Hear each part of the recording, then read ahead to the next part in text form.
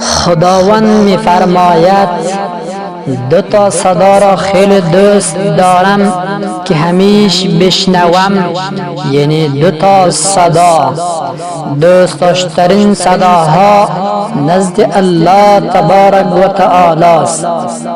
یکی صدای بنده من هنگام کلام من را یاد می کند و تلاوت کلام من را می کند و رتل القرآن ترتیلا. یکی صدای آه ناله زاری گریه بنده من دست را بلند می کند و بر گناهانش گریه می کند، یا ربی یا ربی یا ربی. میگه دویمین وقت که دستش را بلند می کند و شرمم میاد بنده ام دستش را بلند کرده، میگه یا ربی یا ربی یا ربی. شرمم میاد که دستش را سیخ به خالی برگردانم.